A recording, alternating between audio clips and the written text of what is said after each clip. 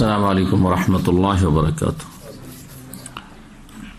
إن الحمد لله نحمده ونستعينه ونستغفره ونعوذ بالله من شرور أنفسنا ومن سيئات أعمالنا من يهده الله فلا مضل له ومن يضلل فلا هادي له وأشهد أن لا إله إلا الله وحده لا شريك له وأشهد أن محمدا عبده ورسوله صلى الله تعالى عليه وعلى آله وصحبه وسلم تسليما كثيرا. أما بعد، فأعوذ بالله من الشيطان الرجيم. والذين جاءوا من بعدهم يقولون ربنا اغفر لنا ولإخواننا الذين سبقونا بالإيمان ولا تجعل في قلوبنا غلا للذين آمنوا ربنا إنك رؤوف رحيم. মহান আল্লাহ সমস্ত প্রশংসা যে আল্লাহ রাব্বুল আলামিন তার পবিত্র গ্রন্থ আল কোরআনে নবী মুহাম্মদ রাসূলুল্লাহ সাল্লাল্লাহু আলাইহি সাল্লামের সাহাবায়ে কেরামগণ রাদিয়াল্লাহু আনহুম আজমাইনদের বিভিন্ন আয়াতে প্রশংসা করেছেন এবং তাদের সম্পর্কে আল্লাহ রাব্বুল আলামিন ঘোষণা করেছেন তার সন্তুষ্টির কথা এবং তাদেরকে আল্লাহ যে মহাপুরস্কার দিয়েছেন বা দেবেন জান্নাতুল ফিরদৌস, এসব কথা স্পষ্টভাবে বলেছেন। তারা যে শ্রেষ্ঠ উম্মতের প্রথম সারির মানুষ, তাদেরকে প্রথম সম্বোধন করা হয়েছে কুনতুম খায়রা উম্মাহ বললে, এবং তাদের ক্ষেত্রে অন্তরকে পরিষ্কার রাখতে বলেছেন এবং এর দোয়া করার নির্দেশ দিয়েছেন। যারা দোয়া করে তাদের প্রশংসা করেছেন। সালাত এবং সালাম নাযিল পেনি মুহাম্মদুর রাসূলুল্লাহ সাল্লাল্লাহু আলাইহি সাল্লামের প্রতি, যিনি এই শিক্ষাই দিয়েছেন যে আমার সাথী সঙ্গীগণ যদি সামান্য কিছু আল্লাহর রাস্তায় ব্যয় করে, অল্প কিছু, 1 মুদ অথবা অর্ধেক মুদ, 600 অথবা 300 গ্রাম, অল্প বোঝানো হয়েছে। আর তোমরা নবী সাল্লাল্লাহু আলাইহি ওয়াসাল্লাম সম্বোধন যারাকে করেছেন তারাও সাহাবী, কিন্তু পরবর্তীকালের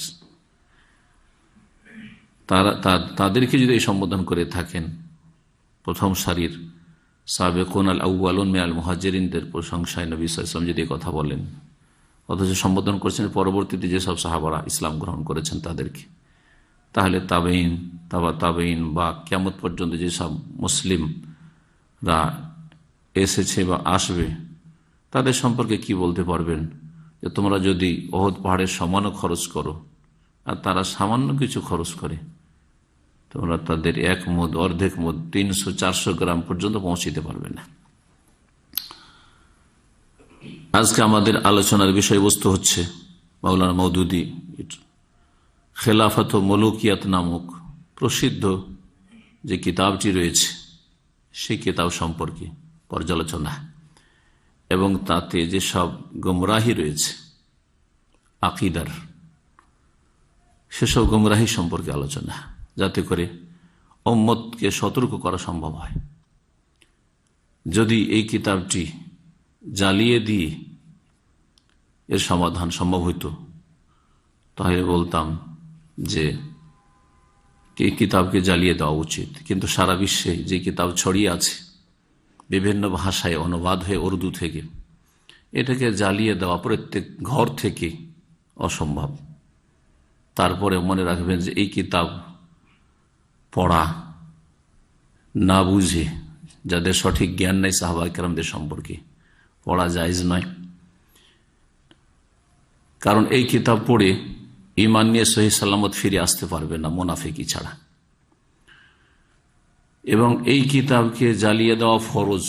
যদি কোনো আলেম ফতোয়া দেন তাহলে তার ফতোয়া ইনশাআল্লাহ ঠিক হবে, সুবহানাল্লাহ।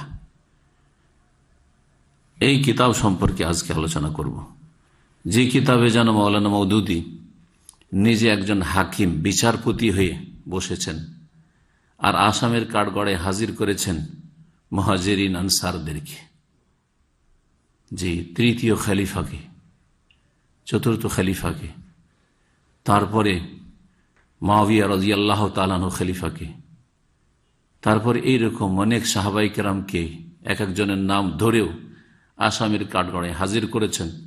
আর তাদের সম্পর্কে তিনি বিচার করা শুরু করেছেন যে তারা এই করেছে সেই করেছে। অথচ তিনি যে তথ্যগুলি নিয়েছেন ঐতিহাসিক, সেই সময় যেসব ফিতনার অবস্থা ছিল, তাতে 1300 বছর পরে সেই তথ্যগুলির উপর আস্থা করা তার জন্য কতটা জায়েজ হয়েছে। শিয়াদের শত্রুতায় যে এই ইসলামের ইতিহাসে কত যে জালিয়াতি হয়েছে আর কত যে মিথ্যা অপবাদ দেওয়া হয়েছে, তা সাধারণ জ্ঞানে বুঝতে পারেন যে যদি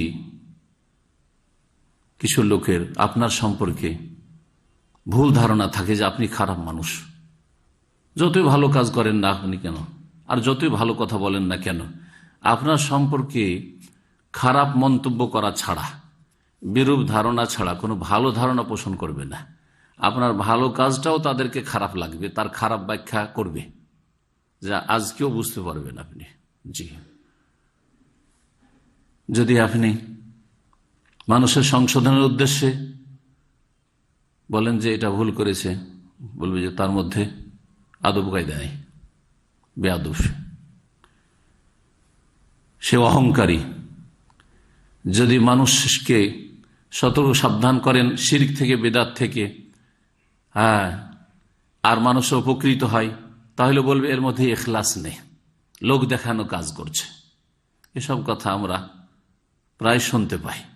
যারাই দাওয়াতের ময়দানে কাজ করছে এবং তাদের কাজ দ্বারা উপকৃত হচ্ছে, তাদের সম্পর্কে এসব মন্তব্য অহরহ শোনা যায়। কারণ প্রথম থেকেই তাদের ক্ষেত্রে শত্রুতা বিদ্বেষ অন্তরে ভরা আছে। তো শিয়া রাফেজিরা ঠিক ওই রকমই করেছে, এবং তাদের প্রোপাগান্ডাই, তাদের এসব মিথ্যা অপবাদে অনেকে বিভ্রান্তির শিকার হয়েছে। তারা শিয়া রাফেজি না হইলেও প্রভাবিত হয়েছে। আপনি 1300 বছর পরে আসবেন, তারপরে সেই ঐতিহাসিক যেসব কথা লিখা আছে বিভিন্ন কেতাবাদিতে, সেগুলি আপনি কি করে আস্থা করছেন? আপনার কাছে সনদ কোথায়, সহি না জয়ীফ না জাল, এর প্রমাণটা বাকি আপনার কাছে? যদি সাহাবায়ে কেরামদের জামানার মানুষ হইতেন আপনি, আর তাদেরকে স্বচক্ষে দেখতেন আর এই ভুলগুলি ধরতেন, তারপর সেটা ভিন্ন বিষয় ছিল। কিন্তু আপনি এতদিন পরে এসে আপনি বিচার করতে বসবেন বিচারপতি হয়ে, আর আসামি বানাবেন মুহাজিরিন আনসারকে। চরম এই অপরাধ। এই কিতাবে রয়েছে, যে কিতাবের নাম হচ্ছে খেলাফত ও মুলুকিয়াত। খেলাফত ও মুলুকিয়াত দেখতে পাচ্ছেন, খেলাফত ও মুলুকিয়াত, আবুল আলা আল মওদুদি। জি, উর্দু ভাষায় লিখিত কিতাব, 374 পৃষ্ঠায় রয়েছে, 374 পৃষ্ঠায়। এই কিতাব পড়ে আমরা মাদ্রাসার সিনিয়র ছাত্র তখন ছিলাম, সম্ভবত দৌরা ফারিগ হয়ে গেছিলাম, অথবা ফারিগ হওয়ার এক বছর আগে, ফারিগ হওয়ার 1-2 বছর পরেও পড়েছি এই কিতাব। এই কিতাব পড়ার পরে তখন আমাদের অবস্থা ভালো থাকেনি, যে হাই যদি এই হয়ে থাকে, তাহলে যেন তাদের সম্পর্কে যে শ্রদ্ধা, এহতেরাম আর ভালোবাসা আর অন্তরের খুলুসিয়াত থেকে যে দোয়া, সবগুলি হারিয়ে যাবে এবং আপনি একজন মুনাফিক হয়ে যাবেন।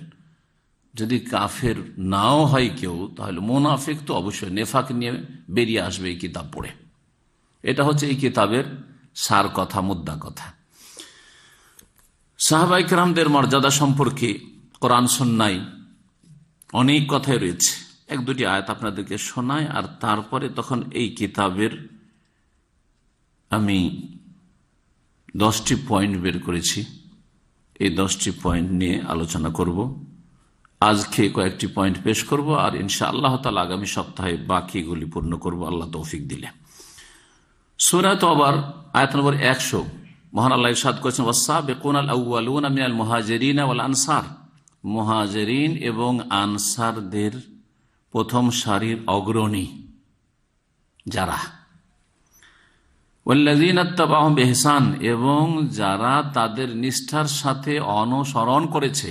তাবেইন, তাবেইন, এখানে শুধু তাবেইন উদ্দেশ্য নাই, যারা অনুসরণ করেছে যুগের দিক থেকে, যেমন তাবেইনরা, তারপরে তাবেইনদের অনুসরণ করেছে যুগের দিক থেকে, সময়ের দিক থেকে তাবেইনরা, আর আকীদা, মানহাজ এবং ইবাদত বন্দেগী আমলের দিক থেকে যে কোনো খাঁটি মুসলিম, সহি আকীদার মুসলিম, যারা কিয়ামত পর্যন্ত নিষ্ঠার সাথে সাহাবায়ে কেরামদের অনুসারী, কোরআন সুন্নাহর অনুসরণের পরে, দলিলের অনুসরণের পরে যারা সাহাবায়ে কেরামদের মানহাজে সালাফের অনুসারী, তাদের প্রশংসা আল্লাহ করেছেন। তাহলে সাহাবায়ে কেরাম এবং সাহাবায়ে কেরামদের দলের সাথে যারা থেকেছে, আছে আর কিয়ামত পর্যন্ত থাকবে, এদের সকলের সম্পর্কে মহান আল্লাহ ঘোষণা করছেন স্পষ্ট ভাষায়, রাদিয়াল্লাহু আনহুম, আল্লাহ তাদের উপর রাজি হয়ে গেছেন। আর যারা বর্তমানে আছেন এই পথের অনুসারী, তাদের উপর রাজি হয়ে যাবেন, রাজি আছেন। কিয়ামত পর্যন্ত যারাই আসবে এবং ইখলাসের সাথে সাহাবায়ে কেরামদের অনুসারী হবে, তাদের উপর রাজি হয়ে যাবেন। ওয়ারাদু আনহু, এবং তারাও আল্লাহ রাব্বুল আলামিনের কাছে ইহকাল পরকালের নিয়ামত পেয়ে, দুনিয়ার ঈমান এবং হেদায়েতের সহি রাস্তার নিয়ামত পেয়ে আল্লাহর উপর সন্তুষ্ট যে আল্লাহ তাদেরকে সহি রাস্তা দেখিয়েছেন। আলহামদুলিল্লাহিল্লাযী হাদানা লিহাযা ওয়া মা কুন্না লিনাহতাদি লাউলা আন হাদানাল্লাহ। দুনিয়া তো আল্লাহর উপর রাজি যে আল্লাহ তুমি অনেক গুমরাহ মানুষদের মধ্যে অনেক পথ আর মত আর মতবাদের মাঝে আমাদেরকে সহি রাস্তা দেখিয়েছে। আল্লাহর উপর সন্তুষ্ট না? আলহামদুলিল্লাহ। সহি আকীদার লোকের আল্লাহর উপর দুনিয়াতেও সন্তুষ্ট, এ দিনের নিয়ামত, হেদায়েতের নিয়ামত পেয়ে। আর মওতের পরে যে বদলার জগৎ, সেখানেও আল্লাহর উপর তারা রাজি। ওয়া আ'আদ্দা লাহুম জান্নাত, এবং তাদের জন্য আল্লাহ রাব্বুল আলামিন বহু বাগান বিশিষ্ট জান্নাত প্রস্তুত রেখেছেন। তাজরি তাহতাল আনহার, যার নিম্নদেশে নহর সমূহ প্রবাহিত। খালিদিনা ফিহা আবাদা, যেখানে তারা চিরকাল থাকবে। যালিকাল ফাউজুল আজিম, আর এ হচ্ছে মহা সফলতা বা সাফল্য। আল্লাহ রাব্বুল আলামিন সূরা হাশর আয়াত নম্বর 8 থেকে নিয়ে 10-এ লিল ফুকারাইল মুহাজিরিন আল্লাযিনা উখরিজু মিন দিয়ারিহিম ওয়া আমওয়ালিহিম ইয়াবতাগুনা ফাদলান মিনাল্লাহি ওয়া রিদওয়ানা ওয়া ইয়ানসুরুনা আল্লাহ ওয়া রাসূলাহু উলাইকা হুমুস সাদিকুন। মুহাজিরিনদের প্রশংসা করেছেন, যারা দরিদ্র অভাবী খালি হাতে মক্কা থেকে মদিনায় হিজরত করে এসেছে। ওসমান রাদিয়াল্লাহু তাআলা মুহাজির, আলী রাদিয়াল্লাহু তাআলা মুহাজির, মুআবিয়া রাদিয়াল্লাহু তাআলা মুহাজির, জি, আমর ইবনে আস মুহাজির, সব মুহাজিরিন। তারা মুহাজিরিনদের প্রশংসা করেছেন। আল্লাযীনা উখরিজু মিন দিয়ারিহিম, যাদেরকে তাদের মাতৃভূমি থেকে বিতাড়িত করা হয়েছিল, নির্বাসিত করা হয়েছিল। ইয়াবতাগুনা ফাদলান মিনাল্লাহি ওয়া রিদওয়ানা, আল্লাহ প্রশংসা করছেন যে তারা আল্লাহর অনুগ্রহ এবং সন্তুষ্টি কামনা করে। প্রশংসা, সার্টিফিকেট, যে তাদের উদ্দেশ্য ক্ষমতা নয়, নেতৃত্ব নয়, কলহ বিবাদ করা নয়, কাড়াকাড়ি নয়, মারামারি নয়, বরং আল্লাহর সন্তুষ্টি এবং অনুগ্রহ তারা তলাশ করে। ওয়ায়ানসুরুন আল্লাহ ওয়া রাসূলাহ, এবং তারা আল্লাহ এবং রাসূলের সাহায্যকারী। প্রশংসা আল্লাহ করছেন, সার্টিফিকেট দিচ্ছেন যে এরা আল্লাহ এবং রাসূলের সাহায্য করে। উলাইকা হুমুস সাদিকুন, আর এরাই হচ্ছে সত্যবাদী তাদের ঈমানে, আকীদাতে, আমলে, ইসলামে।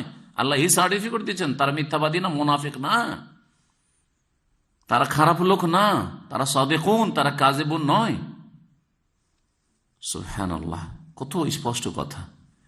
তারপরে আনসারদের প্রশংসা করেছেন। ওয়াল্লাযিনা তাবাওয়াউদ দারা ওয়াল ঈমানা মিন ক্বাবলিহিম ইউহিব্বুনা মান হাজারা ইলাইহিম ওয়া লা ইয়াজিদুনা ফি সুদুরিহিম হাজাতাম মিম্মা উতু ওয়া ইউসিরুনা আলা আনফুসিহিম ওয়ালাউ কানা বিহিম খাসাসা, জি, ওয়া মান ইউকা শুহা নাফসি ফাউলাইকা হুমুল মুফলিহুন। তারপরে আল্লাহ দুআও শেখাচ্ছেন। মুহাজিরিন হইল, আনসার হইল, তারপরে যারা আসবে তাবেঈনদের যুগ থেকে শুরু করে কিয়ামত পর্যন্ত। শোনো তোমরা, ওয়াল্লাযিনা জাউ মিন বাদিহিম, এদের পরে যারা আসবে, শোনো ভালো করে। তার মধ্যে মাওলানা মওদুদী একজন, তার উচিত ছিল এই দোয়াটি করা আর এই কিতাব না লেখা, এবং তার ভক্তদের, তার জামাতের লোকদের উচিত ছিল এই কিতাবকে নিশ্চিহ্ন করে দেওয়া, জ্বালিয়ে দেওয়া, এই কিতাবকে না ছাপানো, বরং এই দোয়া করা উচিত ছিল, যাতে করে তারা নিফাক মুক্ত হইতে পারে। ইয়াকুলুন, তারা বলবে, রব্বানা ইগফির লানা, আল্লাহ আমাদেরকে ক্ষমা করে দাও, ওয়া লিইখওয়ানিনা আল্লাযীনা সাবাকুনা বিল ঈমান, আর আমার বা আমাদের সেসব ভাইদেরকে ক্ষমা করে দাও যারা আমাদের পূর্বে ঈমানের সাথে চলে গেছে। আর এই উম্মতের সর্বপ্রথম ঈমানের সাথে যারা গেছেন তারা হচ্ছেন মুহাজিরিন, আনসার, সাহাবায়ে কেরাম।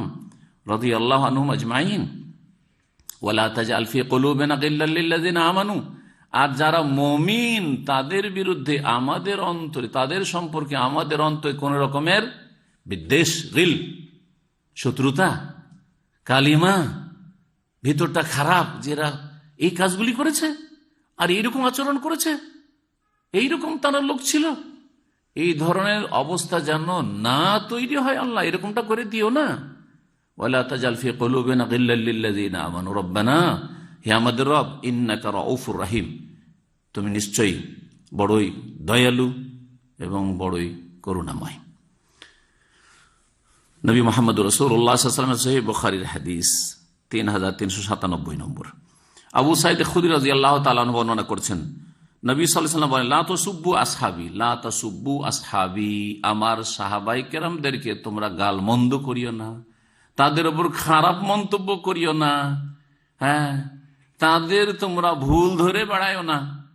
এসব ব্যাপক, সবগুলি, কারো ভুল ধরাও গালমন্দ করা থাকে, তার মানহানি করা, তাদের মানহানি করিও না, তাদের সমালোচনা করিও না।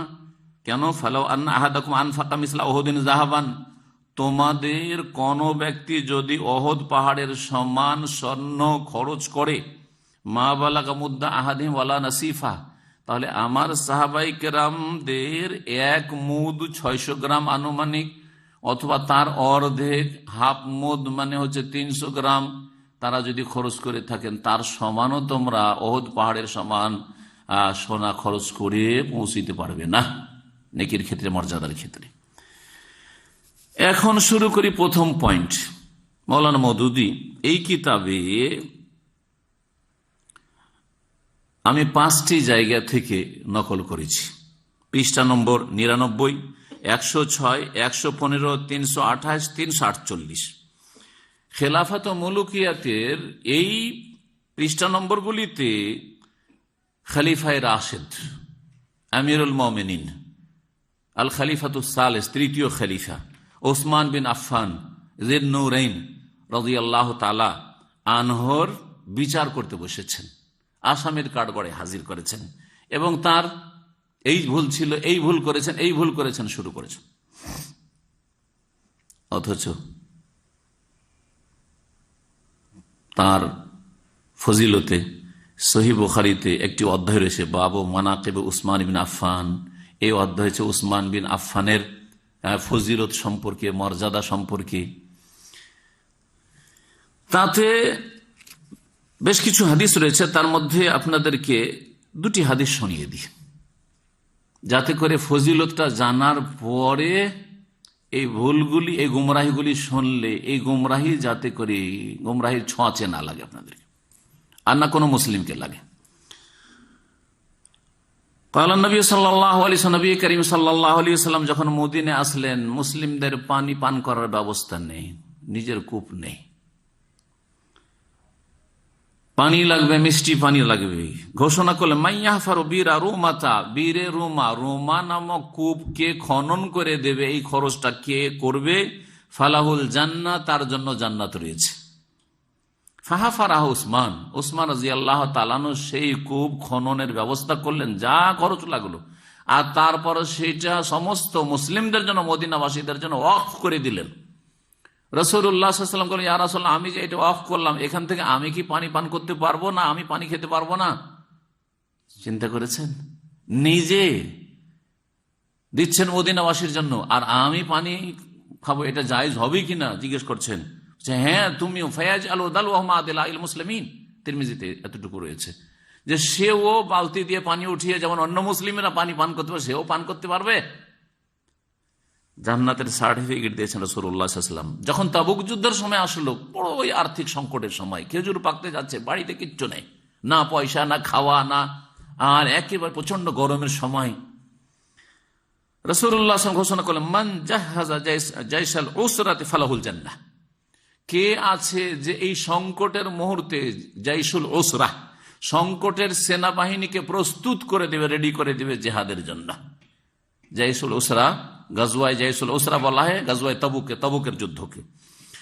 এই সংকটের যুদ্ধের সেনাবাহিনীদেরকে কে প্রস্তুত করে দেবে, ফালাহুল জান্নাহ, তার জন্য জান্নাত রয়েছে। ফাজাহাজাহু উসমান রাদিয়াল্লাহু আনহু, উসমান রাদিয়াল্লাহু তাআলা নিজের ক্যাশ পয়সা দিয়ে, স্বর্ণ দিয়ে, দিনার দিয়ে সমস্ত মুজাহিদিনদেরকে প্রস্তুত করে দিলেন। প্রত্যেককে উটের ব্যবস্থা, বাহনের ব্যবস্থা, রাস্তা যাতায়াতের খরচের ব্যবস্থা, যা লাগে অস্ত্রের ব্যবস্থা, সবকিছু করে দিলেন রাদিয়াল্লাহু তাআলা আনহু। নবী করিম সাল্লাল্লাহু আলাইহি ওয়াসাল্লাম তাকে জান্নাতের সুসংবাদ দিয়েছেন বেশ কিছু হাদিসে। তার মধ্যে একটি হাদিস সহিহ বুখারীর যে হাদিস শুনাইলেন জান্নাতের সার্টিফিকেটের প্রথম, সেটা হচ্ছে 3419 নম্বর, 3424 নম্বর সহিহ বুখারীর। আবু মুসা আশআরী রাদিয়াল্লাহু তাআলা আনহু থেকে বর্ণিত, নবী করিম সাল্লাল্লাহু আলাইহি ওয়াসাল্লাম একবার মদিনার কোন একটা বাগানে প্রবেশ করলেন। দাখালা হায়াতান ওয়া আমারানি বিহিফযি বাবিল হায়াতি। আবু মুসা আশআরী বলছেন, আমাকে বললেন যে তুমি গেটম্যান হয়ে দাঁড়াও, গেটে পাহারা দাও। জি।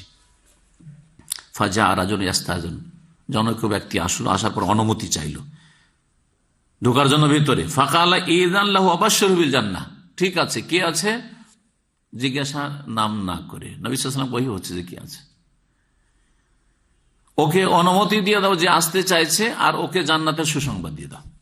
ফাইজ আবু বকরিন, দেখা গেল সেই ব্যক্তি ছিলেন কে, আবু বকর রাদিয়াল্লাহু তাআলা আনহু, প্রথম জান্নাতের সার্টিফিকেট, সুসংবাদ। সুম্মা জা আখার, দ্বিতীয় আর একজন আসলো, ইয়াস্তাযিন, অনুমতি চাইলো এসে যে আমি এই বাগানে প্রবেশ করতে চাই। জানতে পেরেছেন তিনি যে রাসূলুল্লাহ বাগানে ঢুকেছেন। ফাকাল ইযান লাহু আবাশশিরহু বিল জান্নাহ, তাকে অনুমতি দাও এবং জান্নাতের সুসংবাদ দিয়ে দাও। ফায়জা উমর, দেখা গেল দ্বিতীয় ব্যক্তিকে ওমর রাদিয়াল্লাহু তাআলা আনহু।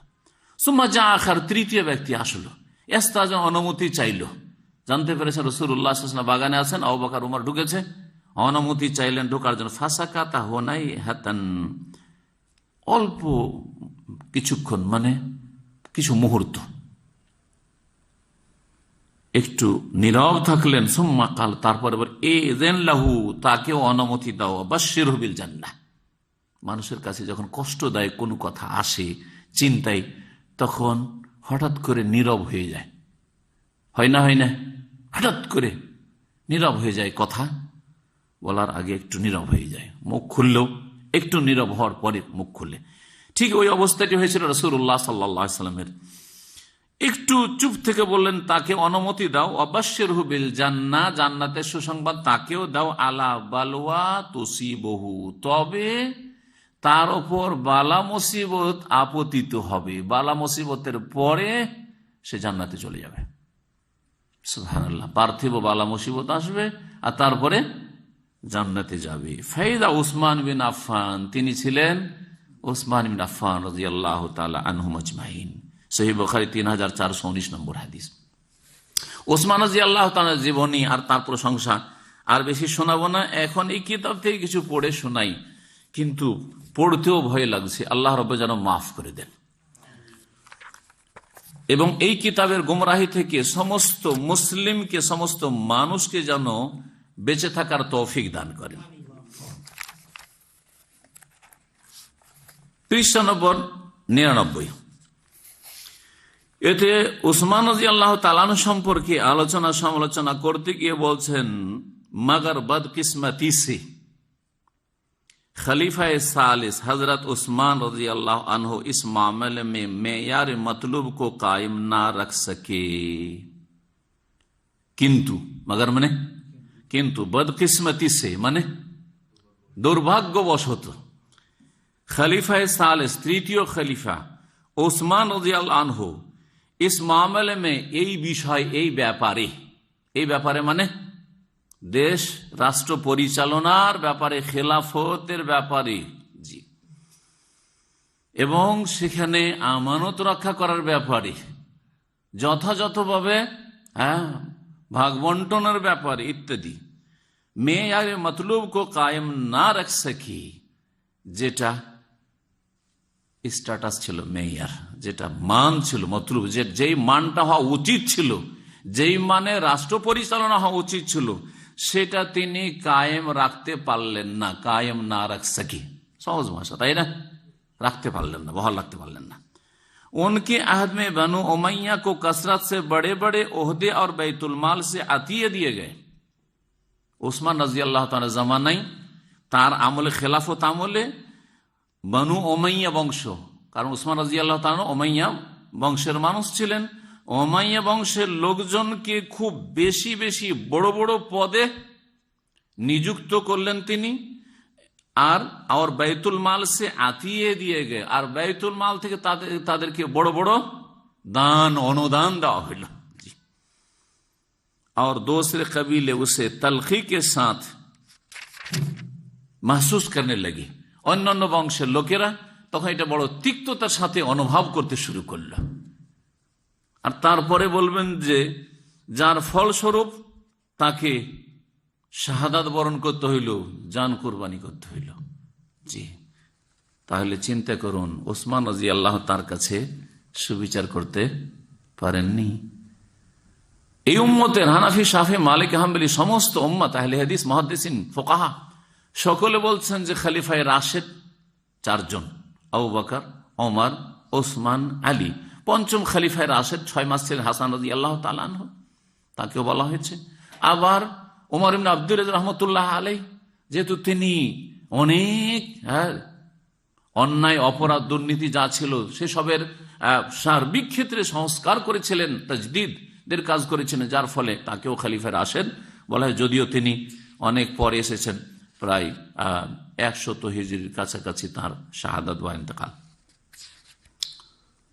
রাদিয়াল্লাহু আনহুম আজমাইন। তারপরে 106 নম্বর থেকে শোনায় কি বলছেন উনি।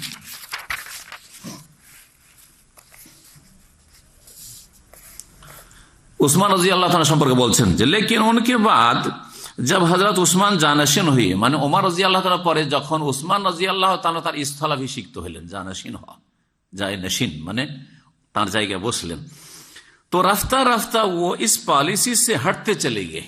ধীরে ধীরে আবু বকর ওমরের যে পলিসিটা ছিল দেশ পরিচালনার, সেখান থেকে তিনি সরতে থাকলেন, हटते चले गए, সরতে থাকলেন। নাউজুবিল্লাহ। उन्होंने पै दर पे अपने रिश्तेदारों को बड़े बड़े अहम ओहदे अता किए, बार बार করে অনেক তার আত্মীয় স্বজনকে বড় বড় পদগুলি দিয়ে দিলেন।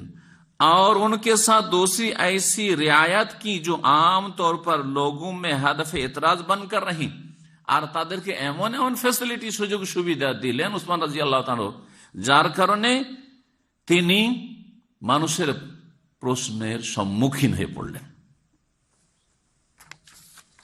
এসব কথা লিখছেন তিনি। এসব কথা পড়লে উসমান রাদিয়াল্লাহু তাআলা সম্পর্কে কোনো কদর থাকবে?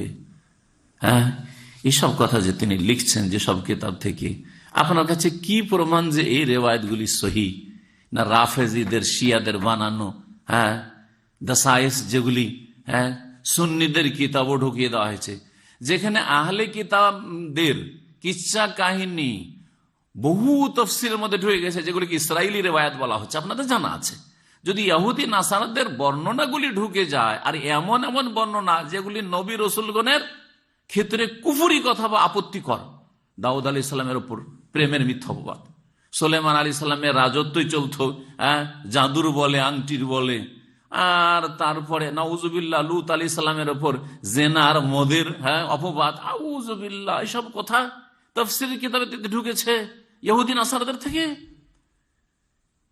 তাহলে আপনি এগুলো কি করে বিশ্বাস করছেন এই ফিতনার যুগে, যে যুগে রাফেজি আর খারিজিদের ফিতনা শুরু হইল, আর তারা কাফের বলে ফতোয়া দেওয়া শুরু করলো সাহাবায়ে কেরামদের উপর, উসমান আলীদের উপর, উসমান রাদিয়াল্লাহু তাআলার উপর, আলী রাদিয়াল্লাহু তাআলার উপর খারিজিরা কাফের ফতোয়া দিয়েছিল, কিন্তু রাফেজিরা উসমান রাদিয়াল্লাহু তাআলা, বাকি সাহাবায়ে কেরাম, আবু বকর, ওমর, সবার উপর তাদের কুফরির ফতোয়া শুরু হইল। 115 নম্বর থেকে শোনাই। আছে অনেক কথা, এগুলোতে মাঝে মাঝে আমি অনেক কিছু ছেড়ে দিয়েছি, কারণ সব কথা শোনালে অনেক লম্বা হয়ে যাবে। এই কিতাবে ভুলে ভরপুর, গুমরাহিতে ভরপুর। 115 নম্বর থেকে শোনাচ্ছি। बोलছেন इस सिलसिले में खुसूसियत के साथ 2 चीजें ऐसी थी जो बड़े दूर रस और खतरनाक नताइज की हामिल साबित हुई। এই বিষয়ে, এই খেলাফত নিয়ে, নেতৃত্ব নিয়ে 2টো বিষয় এমন ছিল যার ফলাফল বড় বিপজ্জনক সাব্যস্ত হইল। एक ये कि हजरत उस्मान ने हजरत माविया को मुसलसल बड़ी तवील मुद्दत तक एक ही सूबे की गवर्नरी पर मामूर किए रखा। उस्मान रजी अल्लाह ताला अन्हु एक ही प्रदेशेर अर्थात দামেস্কের গভর্নর বানিয়ে রাখলেন তবিল মুদ্দত তক, দীর্ঘ সময় ধরে। এটা উসমান রাদিয়াল্লাহু আনহু কি হয়ে গেল? অপরাধ হয়ে গেল। वो हजरत उमर के जमाने में 4 साल से दमिश्क की विलायत पर मामूर चले आ रहे थे। এখানে নিজেই স্বীকার করছেন যে মাওবিয়া রাদিয়াল্লাহু তাআলা আনহুকে গভর্নর উসমান রাদিয়াল্লাহু বানাননি, কে বানিয়েছিলেন? ওমর রাদিয়াল্লাহু তাআলা বানিয়েছেন। এবং ওমর রাদিয়াল্লাহু তাআলার খেলাফত আমলে তিনি 4 বছর অলরেডি গভর্নর থেকেছেন। উসমান রাদিয়াল্লাহু তাআলার বংশের সেই জন্য উসমান রাদিয়াল্লাহু তাআলা বর্ষণ শুরু করলেন। আর তার আগে যখন ওমর রাদিয়াল্লাহু তাআলা বানিয়ে রাখলেন, তাহলে তো এই আপত্তি আপনার ওমরের উপর? জি হ্যাঁ, যে 4 বছর কেন রাখলে? সরাইতে থাকতে হবে, যদিও তার মধ্যে যোগ্যতা থাক না কেন। মুআবিয়া রাদিয়াল্লাহু তাআলা দেশ পরিচালনার ক্ষেত্রে খোলাফায়ে রাশেদিনের পরে অসাধারণ ক্ষমতা রাখতেন দেশ পরিচালনার। জি, সেটা প্রমাণ করে তার 20 বছরের খেলাফতি জীবন। এত ফিতনার পরে, এত দ্বন্দ্বের পরে, আর এত ফাটলের পরে মাঝখানে যে ফিতনা, এই সুযোগ নিয়েছিল সাবাই, আব্দুল্লাহ বিন সাবাই ইহুদির ষড়যন্ত্রের শিকার হয়ে সাবাইরা। তারপরে যে শান্তি প্রতিষ্ঠা করেছিলেন মুসলিম জগতে মুআবিয়া রাদিয়াল্লাহু তাআলা, এটা যেমন তেমন কথা নয়। वो हजरत उमर के जमाने में 4 साल से दमिश्क की विलायत पर मामूर चले आ रहे थे। उमर जमाने 4 বছর आगे छिलेन। हजरत उस्मान ने आइला से सरहद रूम तक और अल जजीरा से साहिल बहरी अबियज तक का पूरा इलाका उनकी विलायत में जमा करके अपने पूरे जमाना खिलाफत 12 साल में उनको उसी सूबा पर बरकरार रखा। 12 বছর যে খেলাফত আমল ছিল তাতে বহাল রাখলেন কাকে? मुआविया रज़ियल्लाहु ताला, उस्मान रज़ियल्लाहु ताला। जी, यही चीज है जिसका खमियाजा आखिरकार हजरत अली को भुगतना पड़ा। এই যে দীর্ঘদিন রেখে দিলেন, এর জন্য কষ্ট ভোগ করতে হইল, বা শাস্তি ভোগ করতে হলো কাকে? আলী রাদিয়াল্লাহু তাআলাকে। দেখলেন, দোষ সব চেপে গেল কার উপর? উসমান রাদিয়াল্লাহু তাআলার উপর। কি অন্তরে বিদ্বেষ! এই জন্যই সালাহুদ্দিন মকবুল হাফিজাহুল্লাহ তাআলা বড় একজন শেখ, কুয়েতে দীর্ঘ সময় তিনি আছেন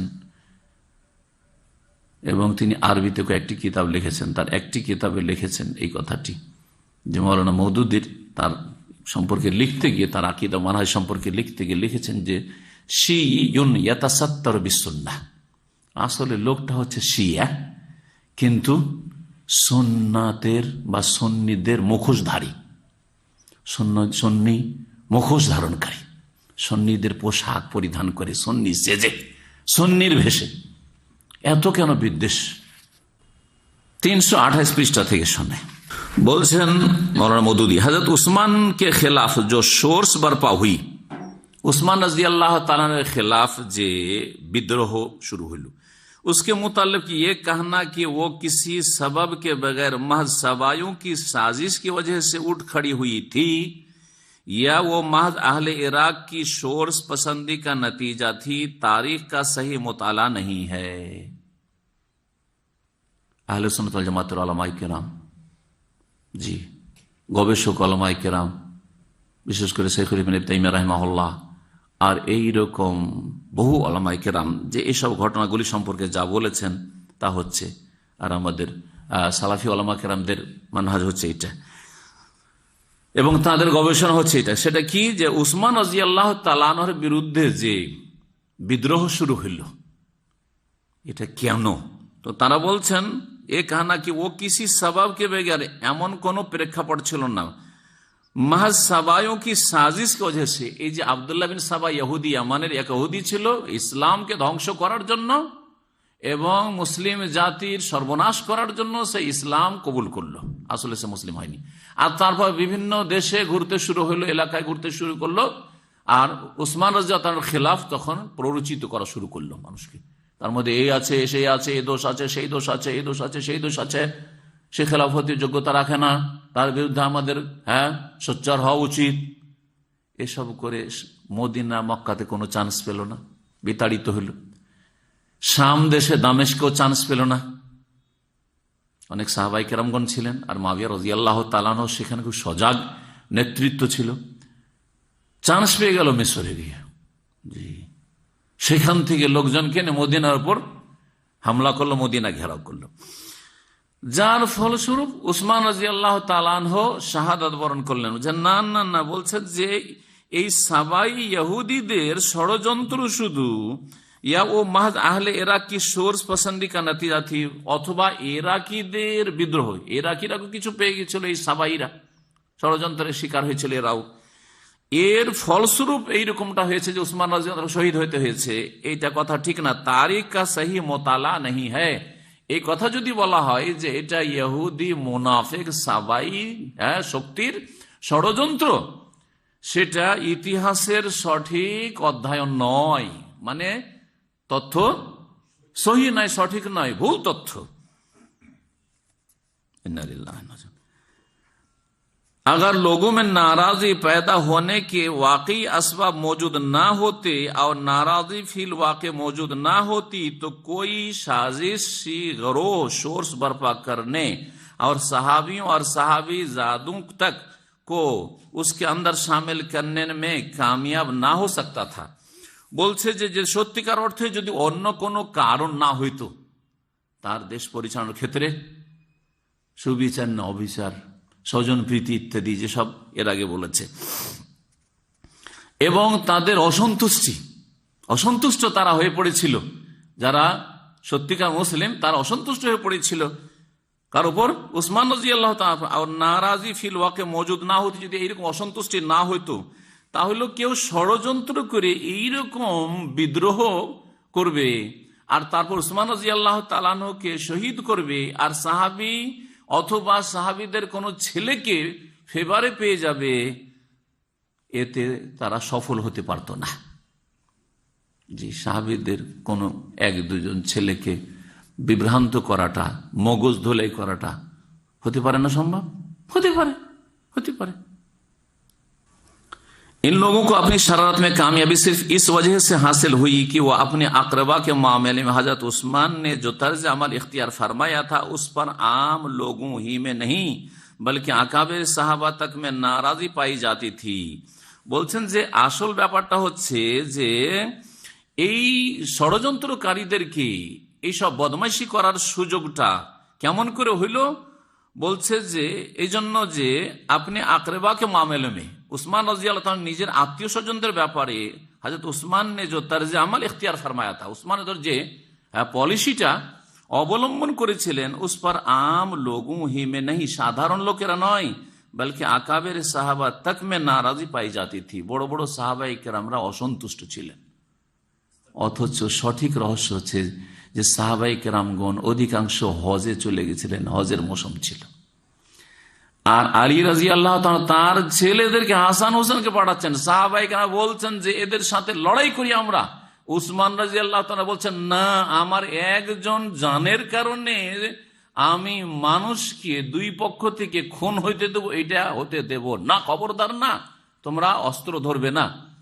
বাড়িতে পাহারা দেওয়ার জন্য আলী রাদিয়াল্লাহু তাআলা দুই ছেলেকে পাঠালেন, ফিরিয়ে দিলেন, যাও তোমরা, কাউকে পাহারা দিতে হবে না, ওরা যদি চাই তো শুধু আমাকে চাই, ঠিক আছে, কি করবে করুক, তারাই আমার করুক, কিন্তু আমার জন্য তোমরা কেউ খুন হবে আর মুসলিম উম্মায় রক্তপাত হবে, এটা আমি চাই না।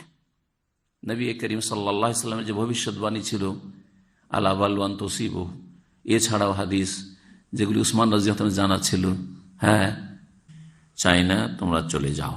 আর মৌসুম ছিল হজে, কিন্তু তিনি বলছেন না, সব অসন্তুষ্ট ছিল, যার ফলে যারা আসেওনি হয়তো অসহযোগ আন্দোলন হয়েছে, যেটাকে বলা হয় আজকালকার ভাষায়, কেউ সহযোগিতায় ছিল না, যার ফলে তাকে শহীদ করতে পেরেছে বাগীরা, খারেজিরা, বিদ্রোহীরা। এইসব কথাগুলি এইভাবে যদি মানুষ পড়ে তাহলে সে আর সুন্নি থাকছে না, সে শিয়া হয়ে যাবে। জি, এই জন্য জামাত ইসলামের ভাইয়েরা আজ পর্যন্ত মওদুদির এতদিন দুনিয়া থেকে যাওয়া হয়ে গেল, তারপরে ওই শিয়া ঘেঁষা হয়ে থাকলো, শিয়াদের সমর্থক হয়েই থাকলো এরা। জি হ্যাঁ, 348 পৃষ্ঠায় শোনাই, এটা হচ্ছে শেষ কোটেশন উসমান রাদিয়াল্লাহু তাআলা আনহু সম্পর্কে। বলছেন 348 পৃষ্ঠায় উসমান রাদিয়াল্লাহু তাআলা সম্পর্কে, बाद हजरत बार बार ये बहस छिड़ते हैं कि हजरत उस्मान रजी अल्लाह अन्हु की तरह हजरत अली रजी अल्लाह अन्हु ने भी तो अपने अहद खिलाफत में अपने अकरबा को बड़े बड़े ओहदे दिए थे।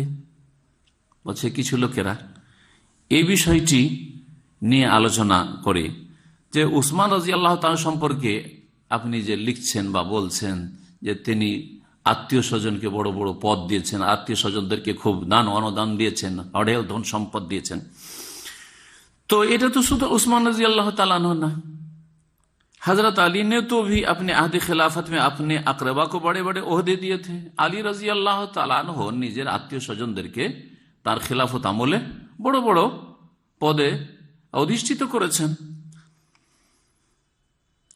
लेकिन वो इस बात को भूल जाते हैं कि मेरी इस किताब का मौजू क्या है। हाँ, কথাকে ঘুরিয়ে দিল, বলছে আমার এই কিতাবের এই পুস্তকের বিষয়বস্তু কি সেটা ভুলে যায় যারা এই আমার উপর এতরাজ করে। জি, मैं इस किताब में तारीख नहीं लिख रहा हूं, বলছে এই কিতাবে আমি ইতিহাস লিখছি না, बल्कि इस सवाल पर बहस कर रहा हूं कि क्या वो क्या वाकयात थे जो आगाज फितना का सबब बने। বরং আমি এখানে সেই বিষয়টা নিয়ে আলোচনা করছি যে ওই সব ঘটনাগুলি কি ছিল যেটা এই উম্মতে ফিতনা শুরু হওয়ার কারণ হল। যে বিষয়গুলি এই উম্মতে যে ফিতনা মানে আপোষে কলহ, মুসলিম মুসলিমে কলহ এবং দ্বন্দ্বের कारण हलो। जाहिर है कि इस मसले पर कलाम करते हुए हजरत उस्मान रजी अल्लाह अन्हु का दौर ही जेर बहस आएगा, ना कि हजरत अली रजी अल्लाह अन्हु का दौर। प्रकाश থাকে যে আমি যে বিষয়বস্তু এখানে চয়েস করেছি যে এই উম্মতে প্রথম ফিতনা মানে আপোষে দ্বন্দ্ব কেন শুরু হলো, এতে উসমান রাদিয়াল্লাহু তাআলা আনহুর খেলাফতের যুগটাই আসবে আলোচনাতে, আলী রাদিয়াল্লাহু তাআলার খেলাফতের যুগ আসবে না। उन्होंने अपने अहद में जो कुछ भी किया उसे आगाज फितना के असबाब में शुमार नहीं किया जा सकता। আলী রাদিয়াল্লাহু তাআলা যা কিছু করেছেন, আপনজনদেরকে বা নিজের বংশ লোকদেরকে, যোগ্য লোকদেরকে, কিন্তু নিজের বংশের লোকদেরকে বড় বড় পদে যে নিযুক্ত করেছেন সেটা ফিতনা শুরু হওয়ার যে কারণগুলি তার অন্তর্ভুক্ত নয়, সুতরাং সেগুলো আমাদের আলোচ্য বিষয় না। কিন্তু উসমান রাদিয়াল্লাহু জামানায় যেগুলো করেছেন সেগুলি আমাদের আলোচ্য বিষয়। এর মাধ্যমে যারা এগুলি পড়বে তাদের অন্তরের অবস্থাটা কি হবে? মহব্বত পয়দা হবে উসমান রাদিয়াল্লাহু সম্পর্কে, না বিদ্বেষ পয়দা হবে, গিল হবে না? আল্লাহ শিখাচ্ছেন ওয়ালা তাজাল ফি কুলুবিনা গিল্লাল লিল্লাযিনা আমানু। লিল্লাযিনা আমানু সাধারণ মুমিনও যদি হয়, আরে ফাসিক মুমিন হয়, তার বিরুদ্ধে বিদ্বেষ আল্লাহ আমাদের অন্তরে রেখো না, আল্লাহ শিখাচ্ছেন। আর এখানে সুবহানাল্লাহ, এই উম্মতের তৃতীয় ব্যক্তি রাসূলুল্লাহ সাল্লাল্লাহু আলাইহি ওয়াসাল্লামের পরে আবু বকর, ওমর ও তারপরে ওসমান, বহু দলিলের ভিত্তিতে তার সম্পর্কে এইসব কথা এই কিতাবে তিনি লিখেছেন। আরো বহু কথাই রয়েছে। এতটাই এই কিতাবের গুমরাহি সম্পর্কে, দলালাত সম্পর্কে জানার জন্য যথেষ্ট, এবং মাওলানা মওদুদীর আকীদা মানহাজে যে দলালাত গুমরাহি রয়েছে এই বিষয়টি জানার জন্য যথেষ্ট। আর এই ক্ষেত্রে দেওবন্দি বেরেলভিরা অনেক গুণে ভালো, অন্তত সাহাবায়ে কেরামদের সম্পর্কে তাদের বেয়াদবি কোন রকমের নেই, যথেষ্ট এহতেরাম তাদের রয়েছে। আল্লাহ রাব্বুল আলামিন যেন এই উম্মতের সকল স্তরের লোকদের সার্বিক সংশোধনের তৌফিক দান করেন, আর যার মধ্যে যে ধরনের ভুল রয়েছে আকীদা, মানহাজ, আখলাক, আমলের সবকিছুর সংশোধন আমাদের সকলকে তৌফিক দান করেন। দ্বিতীয় যে বিষয়টি সেটা হচ্ছে মাওলানা মওদুদী এই খেলাফত মুলুকিয়াতের 146 পৃষ্ঠায় খলিফায়ে রাশেদ, চতুর্থ খলিফা আলী রাদিয়াল্লাহু তাআলা আনহুকে ছাড়েননি, বক্সেননি তাকেও, তারও ভুল ধরেছেন, তারও বিচার, তবে একটা জায়গায় শুধু তিনি গ্রেফতার করেছেন, পকড়াও করেছেন, কাউকে বিচারের কাঠগড়াতে নিয়ে আসতে ছাড়েননি, তিনি নিয়ে এসছেন। 146 নম্বর পৃষ্ঠা থেকে শোনায় উনি কি বলছেন। জামালের যুদ্ধ শুনেছেন তো আপনারা? জঙ্গে জামাল, জং মানে যুদ্ধ, ফার্সি শব্দ, আর জামাল মানে উট। উটের যুদ্ধ। কোন যুদ্ধটা ছিল? যেই যুদ্ধটা এই সাবাইরা ষড়যন্ত্র করে রাতের অন্ধকারে হামলা করে দেয়, অথচ আলী রাদিয়াল্লাহু তাআলা আনহু আর এইদিকে যে আয়েশা রাদিয়াল্লাহু তাআলা লড়াইয়ের জন্য যাননি, সেখানে সমঝোতার জন্য গিয়েছিলেন, এবং এই উসমান রাদিয়াল্লাহু তাআলা যারা খুনি তাদের উপর কিসাসের বিধানের বাস্তবায়ন কেন হচ্ছে না এই বিষয়টি আলাপ আলোচনার জন্য গিয়েছিলেন। কিন্তু সেখানে এই যারা খুন করেছিল উসমান রাদিয়াল্লাহু তাআলা, এই সাবাই ষড়যন্ত্রে না তিনি নিহত হয়েছেন বা শাহাদাত বরণ করেছেন। এই সাবাইরা দেখলো যে কথা মোটামুটি একটা ফাইনালে চলে এসছে, আয়েশা রাদিয়াল্লাহু আনহা এবং তার সাথে যে সাহাবাই, বড় বড় সাহাবাই কেরাম, আসম, তালহা, জুবাইর, তারা আছেন এদের মাঝে, আর কার মাঝে? আলী রাদিয়াল্লাহু আনহুর মাঝে।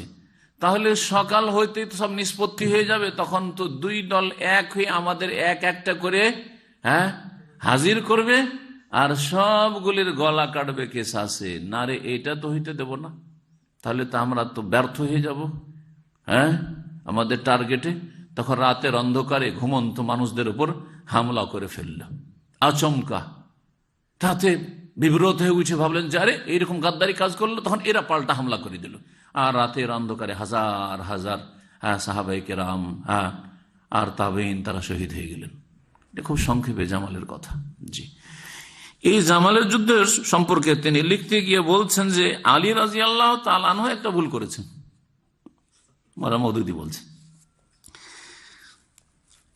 বলছেন যে लेकिन इसके बाद बतदरीज वो लोग उनके यहाँ तकर्रुब हासिल करते चले गए जो हजरत उस्मान के खिलाफ शोर बर्पा करने और बिलाखिर उन्हें शहीद करने के जिम्मेदार थे। धीरे धीरे धीरे धीरे যারা উসমান রাদিয়াল্লাহু তাআলা আনহুকে শহীদ করেছিল এবং উসমান রাদিয়াল্লাহু তাআলা আনহুর বিরুদ্ধে তারা অবরোধ এবং বিদ্রোহ ঘোষণা করেছিল, বাড়ি ঘেরাও আর মদিনা ঘেরাও, পানি বন্ধ করে দেওয়া, মসজিদে সালাত বন্ধ করে দেওয়া, এই সমস্ত কাজ করেছিল এই খারিজি বাগিরা, এরা ধীরে ধীরে কি হলো? আলী রাদিয়াল্লাহু তাআলার নৈকট্য লাভ করা শুরু করলো, কাছাকাছি হওয়া শুরু করলো। হাত্তা কে উन्होंने मालिक इब्ने हारिस अल अश्तर और मोहम्मद इब्न अबी बकर को गवर्नरी के ओहदे तक दे दिए। এমন কি মালিক বিন হারিস আল আশতার যারা বিদ্রোহ করে এসেছিল তাদের মধ্যে এই লোকও ছিল, আর আবু বকর সিদ্দিক রাদিয়াল্লাহু তাআলা আনহুর এক ছেলে মোহাম্মদ ইবনে আবি বকর, একেবারে 10ম হিজরির দিকে শেষ দিকে, নবী সাল্লাল্লাহু আলাইহি সাল্লামের শেষ জীবনে একেবারে ইন্তেকালের কিছু সময় আগে হবে হয়তো, এই মোহাম্মদ আবু বকরের জন্ম হয়। নবী করিম সাল্লাল্লাহু আলাইহি ওয়াসাল্লামকে চোখেও দেখেনি এই ছেলে। তো তিনি ওইভাবে তরবিয়ত পাননি যেই তরবিয়তটা অন্যান্য সাহাবায়ে কেরাম রাসূলুল্লাহ সাল্লাল্লাহু আলাইহি ওয়াসাল্লামের কাছ থেকে পেয়েছেন। তাকে এই বাগীরা, বিদ্রোহীরা আর এই ফিতনাবাজরা, এই সাবাই ইহুদি ষড়যন্ত্র এবং ইহুদিরা এবং ইহুদি ষড়যন্ত্রের যারা শিকার, তারা বিভ্রান্ত করে ফেলেছিল মগজে কিছু বিষ ঢুকিয়ে উসমান রাদিয়াল্লাহু তাআলার বিরুদ্ধে। তখন এই মুহাম্মদ বিন আবি বকর রাদিয়াল্লাহু তাআলা আনহু তিনি এদের দলে শামিল হয়ে গেছিলেন।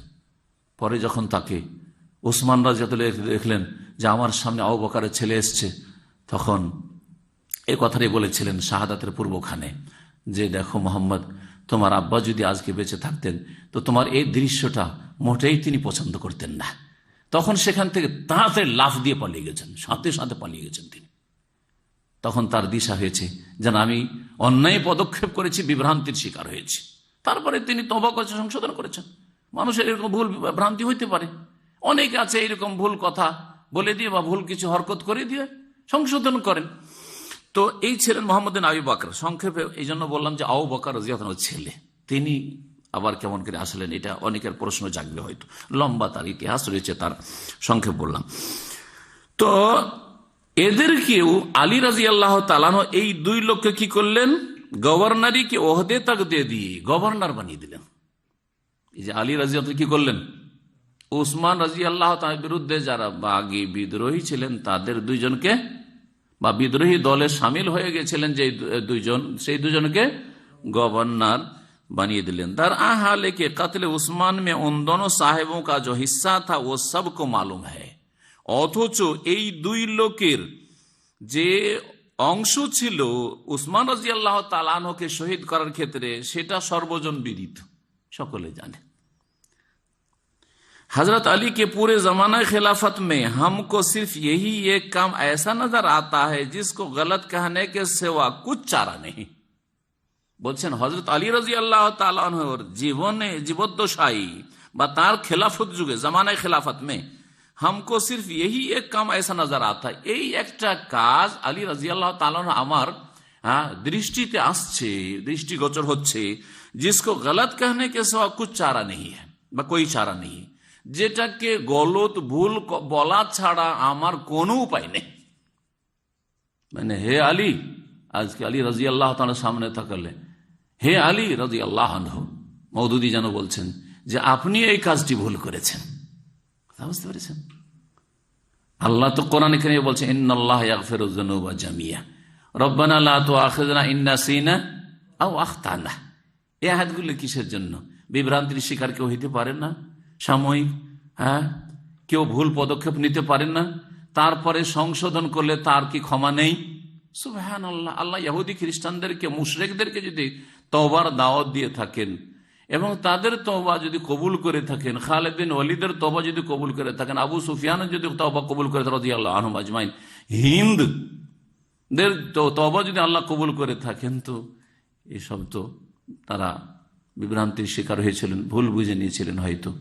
যখনই বুঝতে পেরেছেন তখন তারা অনুতপ্ত লজ্জিত হয়েছেন তারা, এবং তাদের রবের মাঝে কি যে হয়েছে তওবা ইস্তেগফার তারা ভালো জানেন এবং তাদের রব ভালো জানেন। কিন্তু এইসব মন্তব্য করে আলী রাদিয়াল্লাহু তাআলার কাছে এরা যদি সংশোধন করে এসে থাকে আর তাদের যে আকীদা, আখলাক, আমল এবং তাদের এইসব দায়িত্ব পালনের ক্ষেত্রে যোগ্যতা দেখে থাকেন, আর যারা কাছের লোক হিতাকাঙ্ক্ষী হবে তাদেরকে তো দায়িত্ব দিতে হবে যাতে করে ওদের উপর আস্থা করা যেতে পারে। আবু বকরের ছেলে ভুল করেছে, সংশোধন করেছে এবং তার মধ্যে নেতৃত্বের যোগ্যতা আছে, সুতরাং যদি গভর্নর বানিয়ে দিয়ে থাকেন তো কোন দোষটা বা করেছেন? মওলানা মওদুদি বলছেন জিসকো গলত कहने के सिवा कोई चारा नहीं। আলী রাদিয়াল্লাহু তাআলা যে গলত হয়েছে, ভুল হয়েছে, এটা বলা ছাড়া কোনো উপায় নেই, ভুল ধরতেই হবে তাকে। এই অধিকার কে দিল আপনাকে?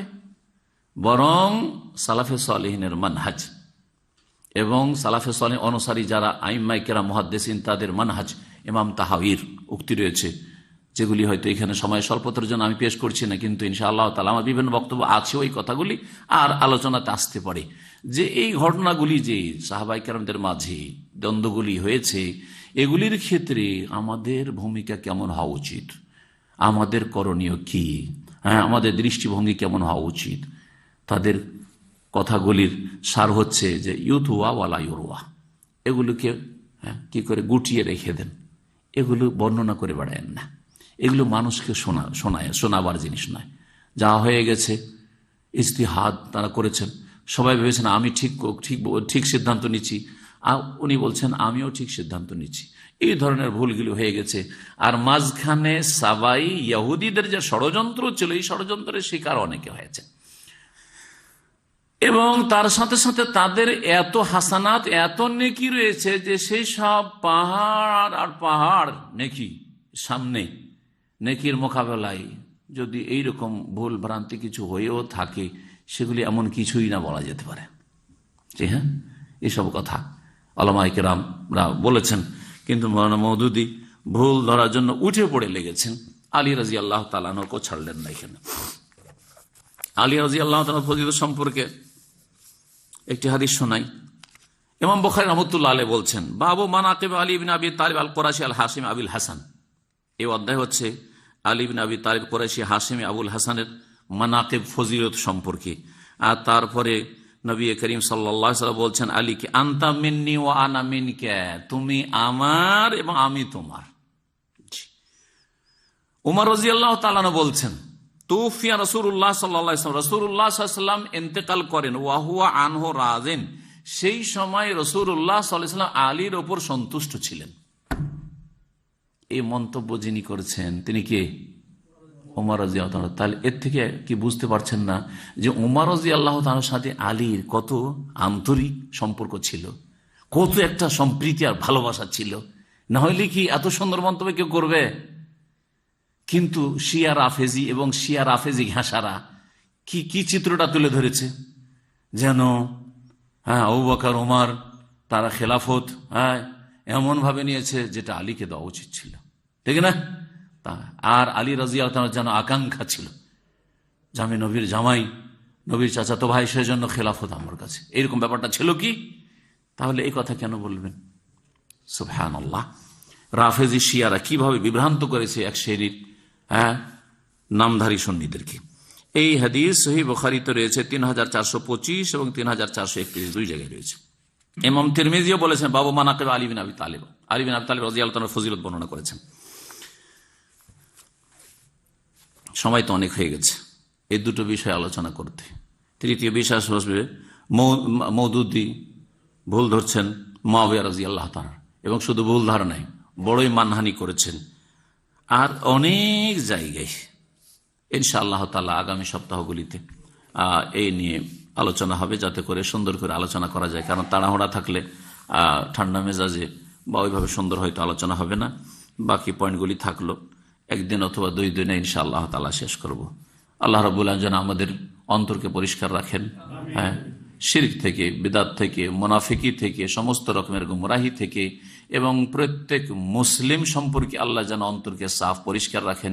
বিশেষভাবে আমাদের সালাফে সালেহিন যারা খোলাফায়ে রাশেদিন, সাহাবায়ে কেরাম, তাবেঈন, তাবা তাবেঈন, আইম্মায়ে কেরাম, 4 ইমাম আবু হানিফা, শাফি, মালিক, আহমদ এবং মুহাদ্দিসিনে কেরাম, আর সমস্ত উম্মতের যারা কোরআন সুন্নাহর আলেম ওলামা এবং তাদের অনুসারী, তাদের সম্পর্কে এবং প্রত্যেক মুসলিম সম্পর্কে আল্লাহ যেন অন্তরকে পরিষ্কার রাখার তৌফিক দান করেন।